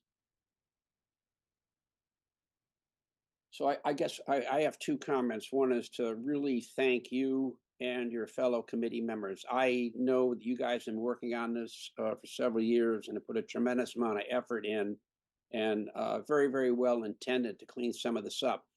One question I have for you, Paul, in order for us to develop our recommendations, we probably need to see some of the detail, because we have to make a recommendation on the full article. Right. So how do you envision that happening? Do you have that material you can get to us, or? We do have as Member Hyde has indicated, we do have a copy that has all the red line changes. I was speaking to the town council earlier today about the actual formatting and language of the articles, and so we'll work with Pat and with our council, Lauren Goldberg, to get those to you. I want to make And sure our intent is to have that for you for your in advance of your public hearing. Okay. And I just want to remind or repeat what Paul said earlier. It might have gotten lost in a lot of information, but we're going to be holding a meeting on February 13th. The Charter Committee is open to the public, so the public can come in, hear about these articles, have an opportunity to engage in discussion prior to us coming before you folks again in late February. Okay, that's fine. I think that's extremely important, because I know, I'm sure you just need to create awareness of all this work you guys have been doing. Jim Ferrara, I just saw, and Mike A, I just see it, both have hands up. So let me go to Jim Ferrara first. Jim, you're muted. Still muted. All right, here we go. Back up to the quoted language. It said, there shall be a housing authority of 5 members elected and appointed as provided by law. Is that 5 members elected and 5 appointed for a total No, of 10? the law provides what members shall be elected, what members shall be appointed. We would do it Okay, so should consistent. the "and" be an "or"? The Elected or language that we appointed as used was, provided the by language law? that we used was provided by council, special counsel, and enables us to have a housing authority consistent with the provisions of state law. State law provides that some members are elected and some members are appointed. That's why we want to make it as simple as we possibly could. Okay, I didn't know if it was a total of 10 or, but okay, we'll wait to see what the law says. Yep. And then as far as the changes, yeah, you said you'll have them before our public meeting, but there's a lot to digest here, and there's several other articles. I hope we can get them a little more than the day before. I didn't say the day before, Jim. I think we'll be sure to I get you in didn't. No, I advance. said, yeah, hopefully a little before the day before. I didn't say you brought them the day before, but yeah, I mean, even if you have some drafts to start circulating so we can look at them in advance would be helpful. It's our desire to have as I said a little while ago, as open and robust a debate on these things as possible. And the core of an open and robust debate is information. Great, thank you. Mike Gay, did you have your hand up? I did. I want to follow on what you said, George. Paul, I can't thank you and the Charter Review Committee enough for the hundreds and hundreds of hours that you've put into this. You know, some of the questions and responses, you know, some of this is somewhat new to us, but it's not new to you. So thank you for all of your efforts to bring this before the town. And we will come before you whenever you would like and answer any questions and provide information. Thank you so very much. I think Mike's words probably reflect what we all feel. Okay, so now that we've done this part of the board, you want to go on to, I guess your miscellaneous articles are all placeholders? May I, if I may, Mr. Chairman, can I just have a moment to adjourn the Charter Commission? Of course you may. There being no further business, I will accept a motion to adjourn the Charter Commission for this evening. So moved. Moved by Member Hyde. Is there a second? Second. Second. I will call roll call. Member Hyde. Aye. Member Loughnane. Aye. Member Powers. Aye. The chair votes in the affirmative. Am I missing anybody? I think so. No. The meeting is adjourned. Thank you. Thank you, everyone. And I also want to thank Pat Ahearn and Chris Coleman, Mr. Chairman, for the hours that they put into this as well. Okay, good, excellent. So I also want to welcome Caitlin and Sean to our meeting. So we got a lot of members here now. All right, so now you want to go through your miscellaneous articles or tell us anything about them, and then we can get to planning board. Yes, Mr. Chair. And let me just pile on first by thanking the Charter Review Committee for their substantial work. In addition to the articles you've heard about already tonight, the Select Board currently has 10 miscellaneous articles as placeholders. We are working on a number of issues. I expect that we may recommend 2 articles to be moved to the warrant at our meeting next week.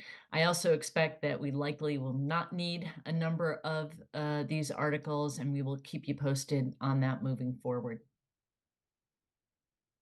Okay, thank you. Thank you very much, Mr. Chair. And if I may, I would like to Hang on, George, can I just ask one question? Yes. Marianne, do we have any petition articles so far? I'm not aware of any. Jim Ferrara? Can we have any insight into what those potential 2 placeholder issues may include? We're going to be having a discussion about borrowing articles on some capital items, school and fire equipment. Yeah. Okay, Equipment. thank you. Yeah, you bet. Okay. If there are no other questions, Mr. Chair, if I may accept a motion to close the Select Board meeting to adjourn. You may proceed. Thank you.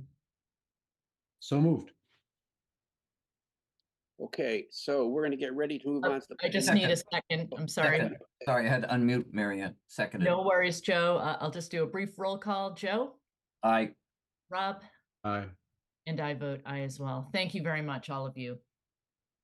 And I just want to make one comment that as one of the beauties of Zoom, I think we're now up to 12 members who are attending this session, even though we started with 8. So that's the beauty of Zoom as people get off their flights. So I want to thank the members who just joined or joined during the conversation. All right, are we ready to go to the planning board articles?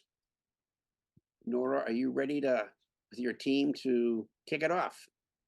Yes, if Victoria, if you could bring over Elijah, Romulus, Amanda Wolfe, and Planning Board Chair Ellen Rawlings. And I'd like to welcome those individuals. Elijah, welcome. Ellen, welcome as usual, and Amanda, welcome. Thank you. Thank you. All right, and if it's all right, I will share my screen.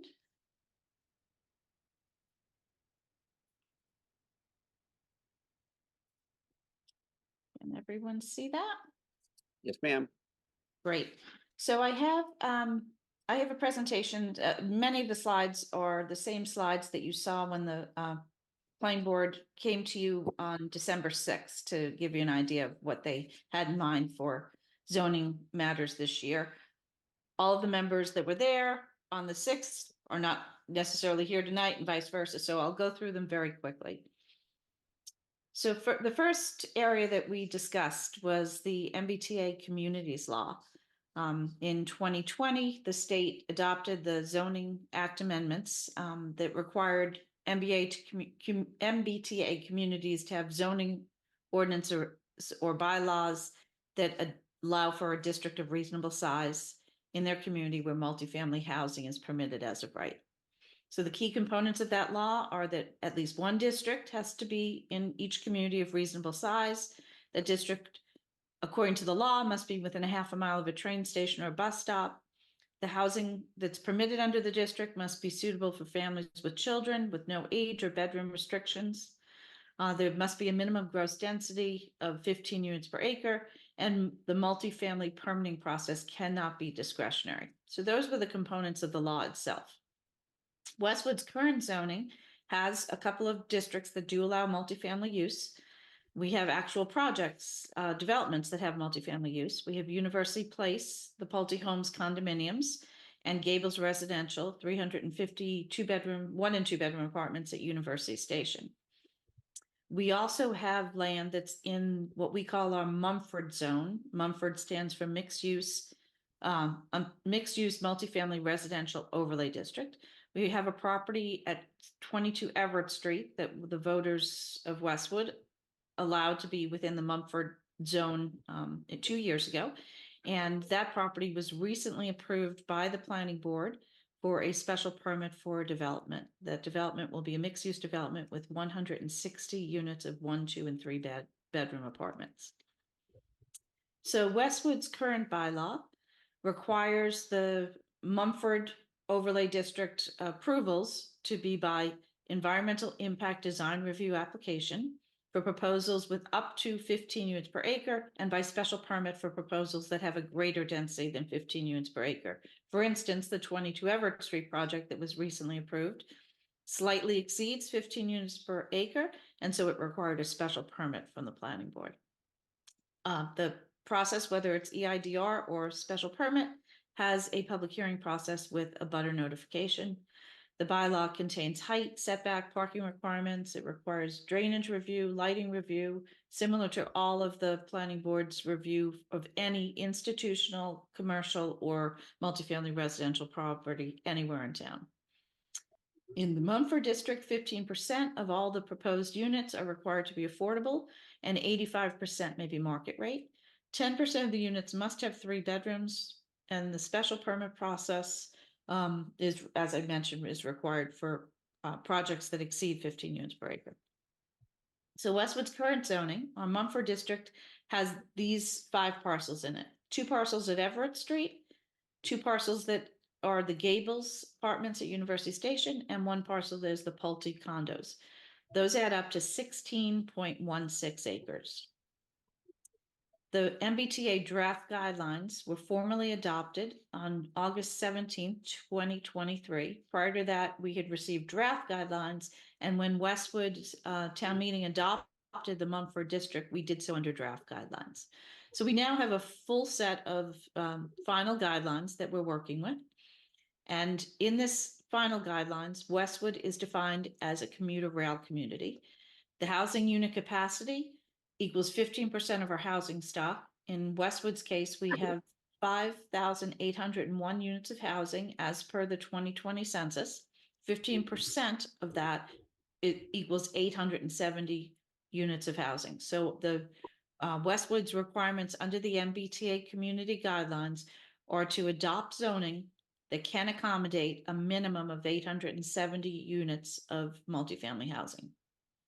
The Mumford district must also include a minimum of 50 acres of total land area, and at least 25 of those acres must be within a half mile of MBTA stations. So while the law itself required all of the multifamily housing to be within a half mile of the MBTA stations, the guidelines have expanded that a bit and given a little bit more flexibility. So only half of our 50-acre requirement actually has to be close to railroad stations. That being said, it's most convenient for residents of the multifamily apartments to be able to walk to transit. And that's also the most effective way for the town to manage its transit, and manage its multifamily housing and still keep on top of our traffic concerns. So the planning board is looking at as much of the district as possible being close to the 3 train stations that are within Westwood's borders or just outside them. And then finally, up to 25 acres of the district may be located anywhere in Westwood. So looking at Westwood's current zoning versus the guidelines, we currently have 16.16 acres that was adopted in May of 2022. This includes 450 previously approved units at Westwood at University Station, 350 apartments plus 100 condos that pre-exist. It includes 160 units that are currently under consideration, recently approved at 22 Everett Street, but have not yet been built. And together, those add up to 610 actual units of multifamily housing that will be within the existing Mumford district. However, the MBTA guidelines do not allow us to count all 610 of those units. Not yet. So we're looking to make changes to our Mumford district so that we can capture more of the existing units. So the Executive Office of Housing and Livable Communities will currently only count by right the unit capacity in the designated zone. Since our designated zone is only 16.16 acres and allows only 15 units per acre, that adds up to a maximum capacity of 242 units. So it doesn't matter that we have 610 actual units, or will soon. The EOHLC will only count 242 under our current zoning. Westwood is therefore required to increase its unit capacity by 628 units, and we're required to increase the land area by 33.84 acres. So I'd shown you this slide last time just to show you again what density looks like. Gables has a density of 51.9 units per acre. So you want to compare that to 15 units per acre that's required under the law. The Pulte condos density works out to be 36.4 units per acre. The Steeple building at Islington Center is 21.7 units per acre.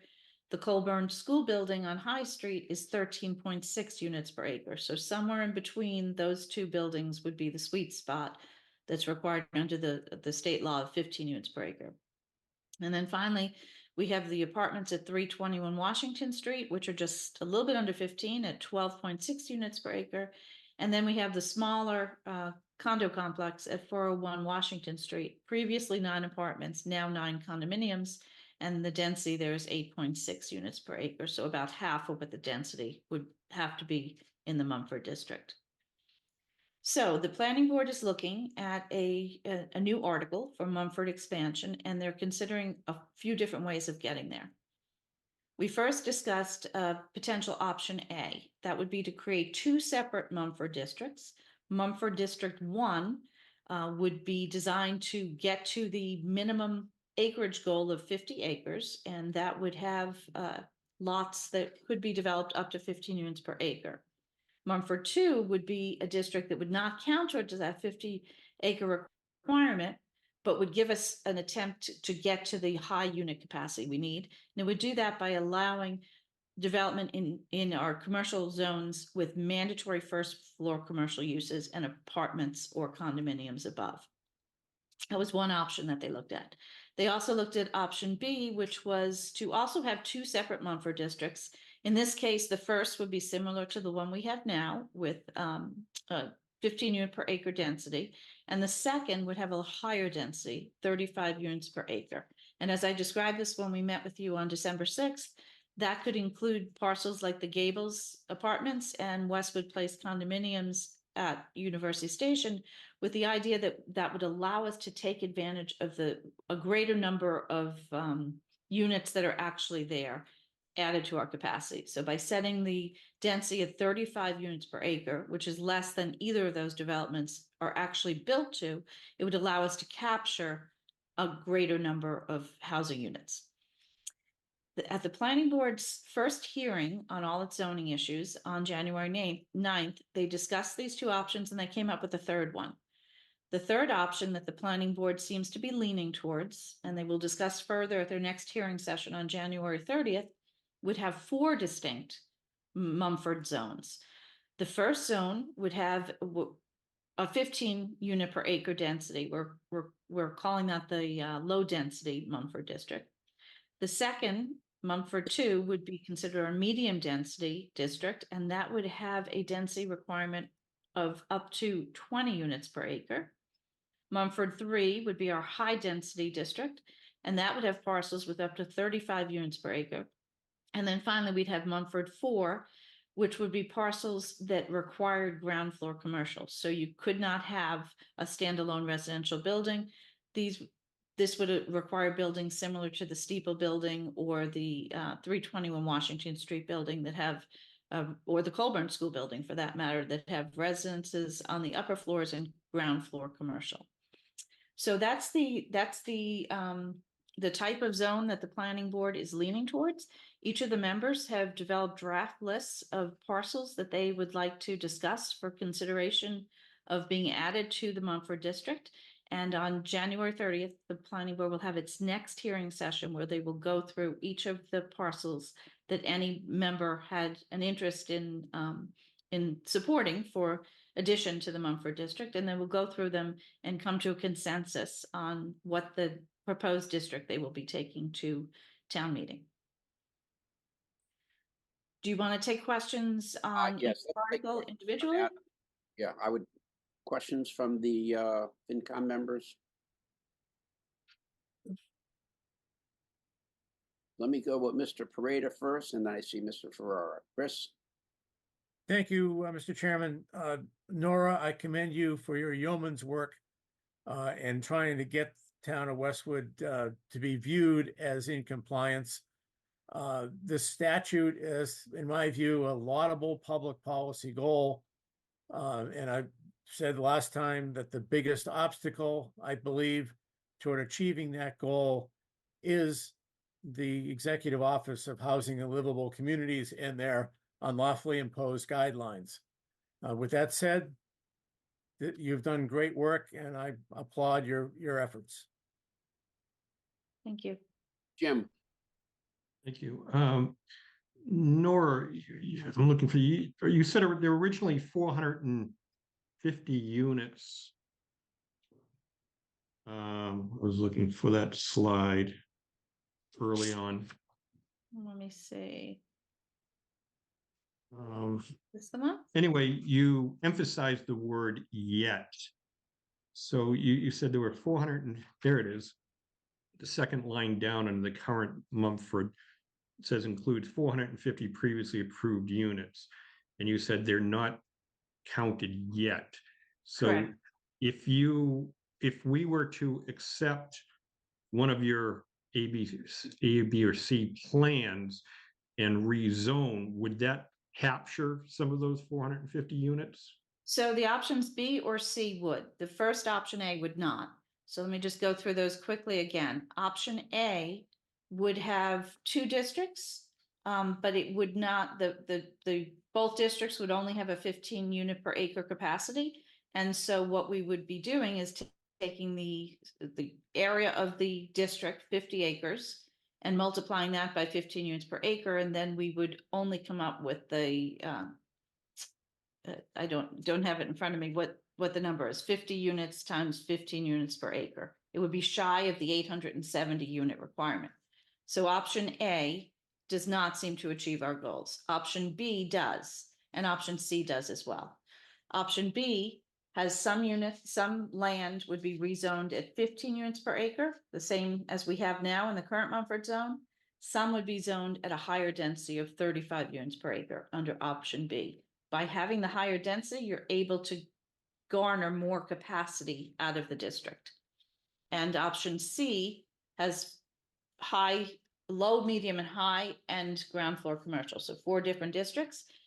The low capacity district and the mixed use district that requires ground floor commercial. So District 1 and District 4 would have 15 units per acre density. District 2 would have 20 units per acre. District 3 would have 35 units per acre. So in each of those districts, you would take the number of acres that's in the district and multiply that by the density. So for Mumford 1, say it was a 20 acre district, you'd have 20 times 15 units per acre, and you would come up with 300 units there. For Mumford 2, say that was another 20 acres, that might have 20 times 20 units per acre, you'd get another 400 units of capacity out of that one. And then Mumford 3, say that only had 10 units, 10 acres of land that was zoned Mumford 3, but it's zoned at 35 units per acre, you would get another 350 units of capacity. So you take each of the districts and you would determine the capacity that they were capable of producing. And remember, this is not, it's not required that the units actually be produced in these areas. What matters is that the zoning allows for them to be produced. So the EOHLC looks at the capacity that the zoning actually allows. But if we could recapture 450 of those units, plus the 160 at 22 Everett Street, that would leave us with 260 units to meet our goal, correct? Yes. So that's exactly what the planning board's proposing. So Mumford 3 would be the district where they would place the Gables properties and the Pulte property, which have the 450 units, and we'd be able to capture most of those units. Mumford 2 would be where they would place the newly approved Everett Street parcels, and we would then be able to capture all 160 units in there as opposed to just the 15 units per acre. So then we would also get additional density, that residential density that we could capture in the Mumford 4, which would have ground floor commercial uses have to stay in place. So for instance, if that was applied over, say, the Good Plaza on High Street, which is currently first floor only, all commercial, if that was to be rezoned so that it would allow residences above, you would be able to capture the capacity that could be produced on that property by adding residential units above. You would not need to add them. That's up to the property owner whether they would want to redevelop their property or not. But we would be able to capture the capacity and therefore be compliant with the guidelines and the law. Current zoning requires 15% of the units to be affordable. In option C, you have the Mumford 2, 3, and 4 parcels that don't have. No, they do. I didn't repeat all of those. Everything except for the density would be the same as it comes down into all the districts. In Westwood, anything other than a straight subdivision or an approval not required plan, any other type of residential development, whether it's through open space residential development, through our senior residential development, or through any special permit, it always requires that 15% of all units to be developed have to be affordable. And the reason for that is so that we can continually stay above 10% on the SHI. Okay, thank you. And I presume that the parcels that the board's looking at are from around town and not in any one geographical location, so we're not overburdening the school, the resources in any part of town? Yes, so the planning board members have all created lists or are in the process of creating them, and they're taking into account all commercial parcels throughout the town, as well as some residential parcels throughout the town. They're looking at both sides, west and east, north and south. They're looking at areas along Route 1, along Route 1A, along High Street, and along University Avenue. Great, thank you. You're welcome. Other questions? Nora, as usual, excellent. Be interesting to see what the final recommendations are. Well, stay tuned, and anyone who's interested, come to the next hearing session on January 30th. Doke. So our next article is with respect to wireless communication facilities. This is proposed planning board article 2, and this proposes amendments to section 9.7, which is the University Avenue multiple use district. And the changes are intended to add the ability to have wireless communication facilities within University Station. Right now, you cannot do that. So the planning board is looking at two specific types of wireless communication. One is rooftop wireless. Here, the antenna structures will be limited to no higher than 10 feet above the roof of the building, and they would have to be in stealth enclosures. So if you think of something like on the East Street storage building, if you can picture off of the East Street Rotary, the antennas on that building are all in canisters. That's what would be required here as well. And then the new language would be designed in a way that could allow subsequent antenna replacements to be done administratively. So if you're just swapping out the equipment inside one of those enclosures, the applicant is not required to come back to the planning board and go through the full approval process again, as long as you can't see anything different from the outside, and as long as they have their health approvals in place, they could just swap out those antennas. And then we're also considering allowing monopole wireless facilities at University Station, where there is a dearth of cell reception right now. So it's very difficult for people who do live in that area to maintain communication on their cell phones. So we would allow up to 2 wireless communication monopoles. They would have to be stealth flagpole style monopoles. They could not be any greater in diameter than 36 inches, and there can only be 2 of them anywhere within the district. And again, a subsequent antenna replacement could be achieved by administrative approval instead of a full approval. I'll also mention that this article is also looking at other areas in the town where we might need to find additional properties to zone for wireless communication. So we have wireless communication facilities allowed in highway business and industrial office properties now, as well as in several properties owned either by the town or by various nonprofit organizations. And we're just taking a look to see if there might be other properties in areas where we are in greater need of cell tower service. Nora, I've got a quick question on this. So do you anticipate, if you find those additional areas, that you will be amending this warrant article to include them in the May vote, or are you looking at subsequent town meetings? So the article was advertised in a manner that allows them to be included in this vote. Great. That's my first question. Second question, have you gotten indication on the improvement to cell coverage as a result of the expansion with restrictions on height and, you know, the types of communication that we're providing? So in other words, you know, there's a terrible, good, better, great kind of scenario for coverage. Do you have an idea of what these changes will do? Yeah, so we have potential applicants. Can you hear me? I think I might be freezing. No, we can.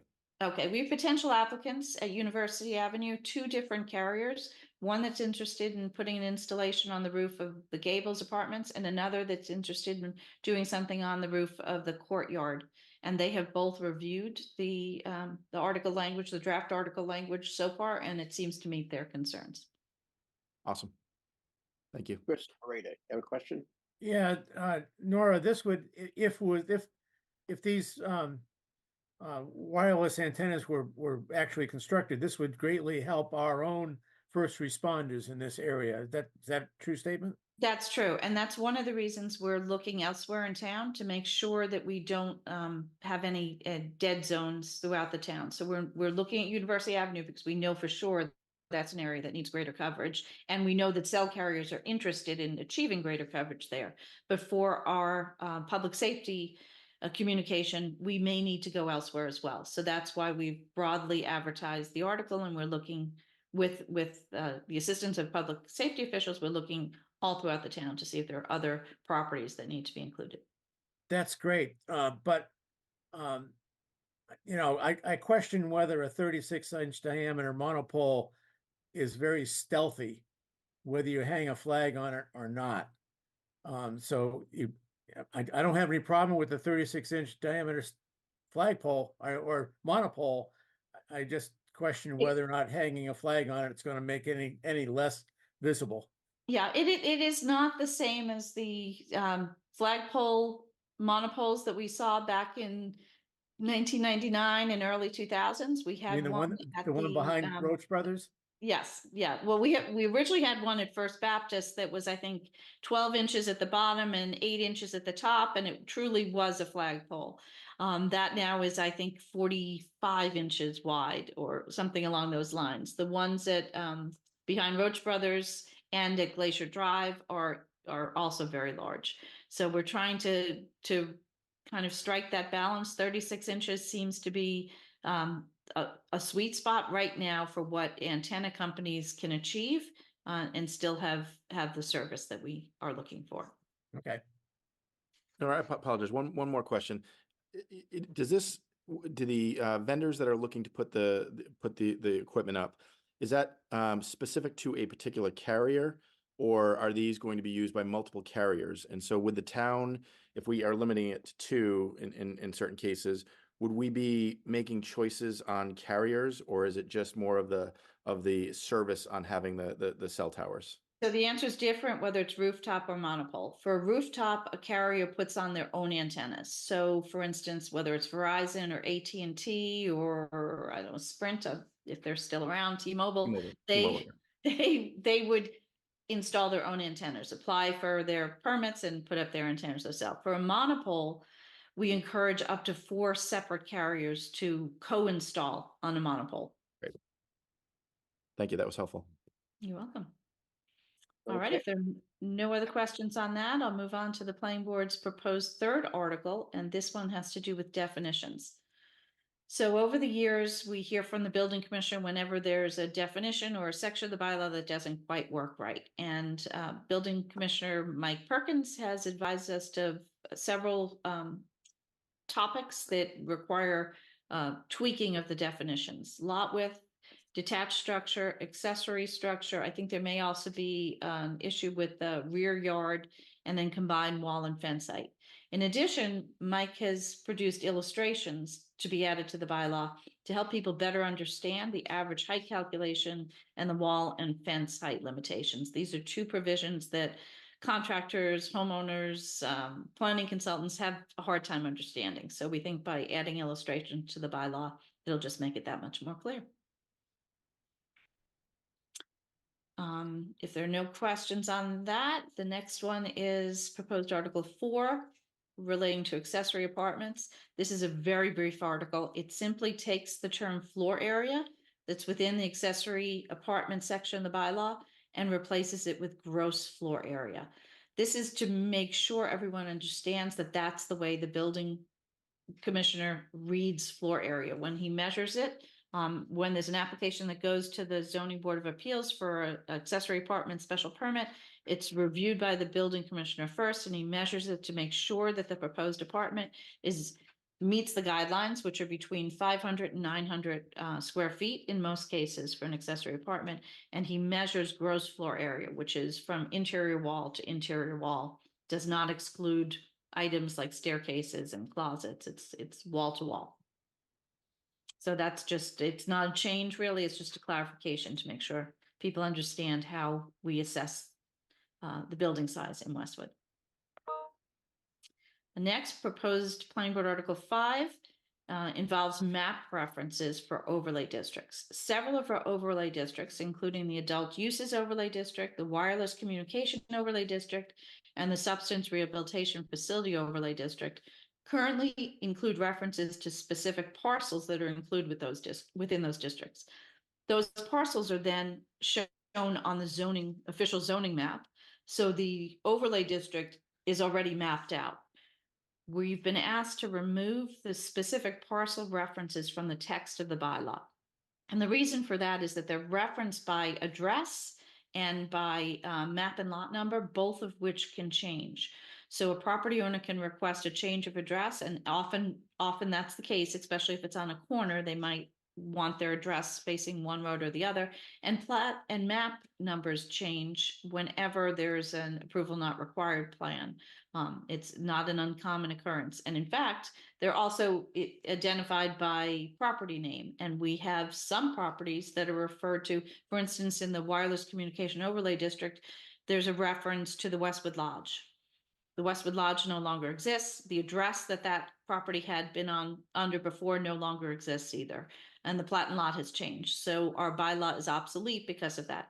Whereas if we simply reference the parcels shown on the map as overlay district, whatever, whether it's adult uses, wireless communication, or substance rehabilitation, we identify the specific overlay district on the map, that does not change. So this is just another clarification to make our bylaw more user-friendly and more correct. We also have our annual article for housekeeping, and we look through the bylaw for errors in spelling, numbering, grammar, spacing, font, anything that doesn't look right. So far, we haven't found anything. So hopefully we captured everything last year, and this article can be dropped. We'll continue to look into the last hearing session, and if we don't find anything, we will have the planning board ask to withdraw this article. And then finally, our proposed Article 7 is for temporary construction dumpsters. So you may remember last year, the planning board proposed changes to the general bylaw related to dumpsters, dumpster enclosures, the dumpster maintenance, so that those requirements only applied to commercial, institutional, and non-residential properties with permanent dumpsters. The planning board is now looking to see whether they need to do more to address temporary construction dumpsters at non-residential and multifamily properties.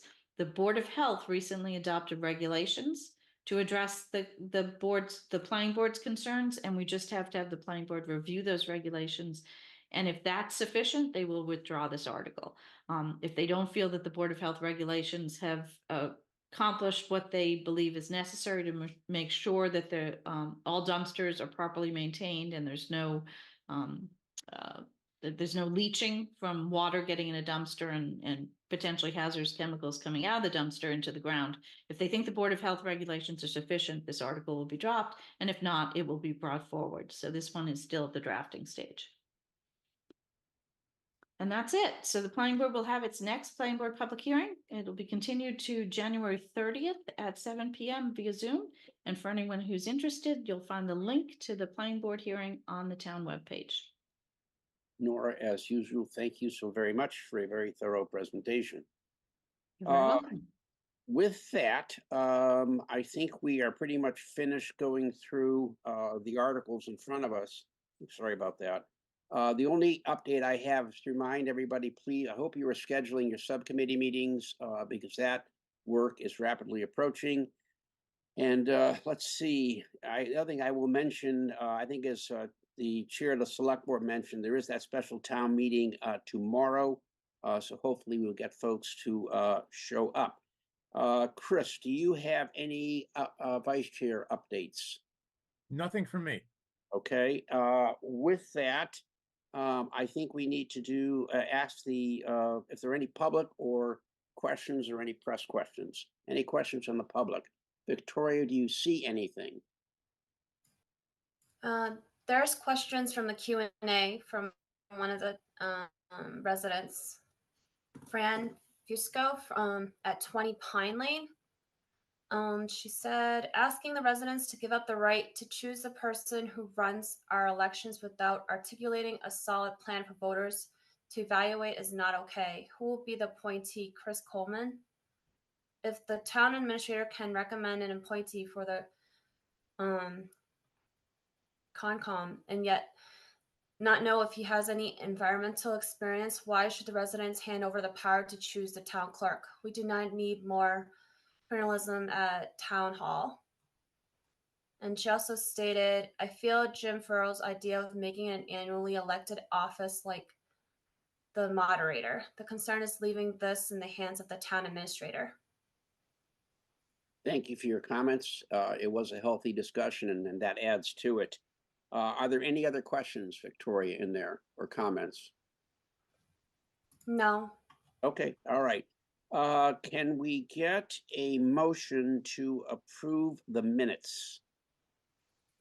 One comment on the minutes, Mr. Chairman. Yes, sir. I missed this the first time I ran through it, but there was one place where I noticed the word Mumford in reference to the multifamily overlay district, Right. the MBTA multifamily overlay district. And that should be that should appear in all caps. Okay. So wherever it is, it should appear in all caps, and that's the only comment I have. We will make that correction. And with that, can I get a motion to approve the minutes? Motion to approve the minutes. I get a second. Second. Second. Victoria, will you do the roll call? Bill Bruce, Yes. Jim Ferrero, Yes. Lauren Fitzpatrick, Abstain. Mike Gay, While I was absent the last meeting, I did watch it on Western Media, and I will vote yes. I think we need to, oh, you need to fill that form in order to vote for this. Okay, then I abstain. George Hertz, Yes. Keelan Jersak, Yes. George Loughnane, Abstain. I was not present. George Marone, Yes. Chris Peretta, Yes. Sean Weller, Yes. and Alex Yell. Yes. Okay, all set? Mhm. All right, before we get, I asked for a motion to adjourn. Sean, where are you? Boston Logan, finally. All right, well, thank you for joining. Are you coming or going? I'm coming. I'm returning. So Okay, well, happy to welcome be home. back. Solid Welcome ground. home, but that's devotion, so thank you so very much. Can I get a motion to adjourn? George, before we go there. Yep. Are the rest of our meetings now going to be in person? I think what we've decided, we'll go in person when it's time to, on our public hearing and our voting. Our public Okay. hearing's the next meeting. Then it will be, when is the next meeting? No, In the 2 public weeks. hearing's late February. Next meeting is January 30th and 31st if necessary. Oh, okay, that's news to me. And then I would ask that you strongly urge some of these presenters to at least get us a draft so that we can make better comments on, we can visualize what the changes are to better offer comments. Good, very good suggestion, okay? George, we also asked for a fair amount of backup data. Who follows up to make sure that we get that? Like, what are the other towns doing? What's the size of the FinComs in other towns? We asked a bunch of that stuff. Who will follow up to make sure that we actually get that? I think when we get them, Chris and I review the minutes. When we get the minutes done and we look at those follow-up questions, Chris and I will work with Victoria to do that follow-up, okay? Is it going to be easier if we start meeting in person so we can coordinate some of our department meetings too? Jim, I think let me give some thought to that. I think the one commitment, I'm trying to weigh two things. I think what I heard from everybody is clearly the public hearings, the voting sessions, those need to be in person. But I also got a sense that with people's work schedules, they were really, trying to balance it. So I'm trying to reach a reasonable balance, okay? Also, we have a lot of subcommittee meetings, which are, I think Chris Parade, I know your subcommittee meetings on the Capitol are in person, correct? Yes. Yeah, so it's a mixture. Jim, let me give it some thought, okay? Understand people's commitments, but we're either in the same room or it's the same time, whether in the same physical location or not, it's the same. I don't think anyone else has a more difficult commute than well, John, I think beats my commute now. So. Okay. All right, folks. Well, thank you all very, very much. Can we get a motion to adjourn? Motion to adjourn. To adjourn. Second? Second. Would you do the roll call, Victoria? Bill Bruce, Yes. Jim Farrow, Yes. Lauren Fitzpatrick, Yes. Mike Gay, Yes. George Hertz, Yes. Keelan Jersak, Yes. George Loughnane, Yes. George Maroon, Yes. Chris Peretta, Yes. Sean Weller, Yes. and Alex Yale. Yes. Okay, thank you. Once again, Charlotte, thank you for hanging in with us tonight, okay? All right, everybody, be safe and well, and everybody will be at the special town meeting tomorrow night, hopefully, okay? Take care, Good folks. night, all. Good What night. time?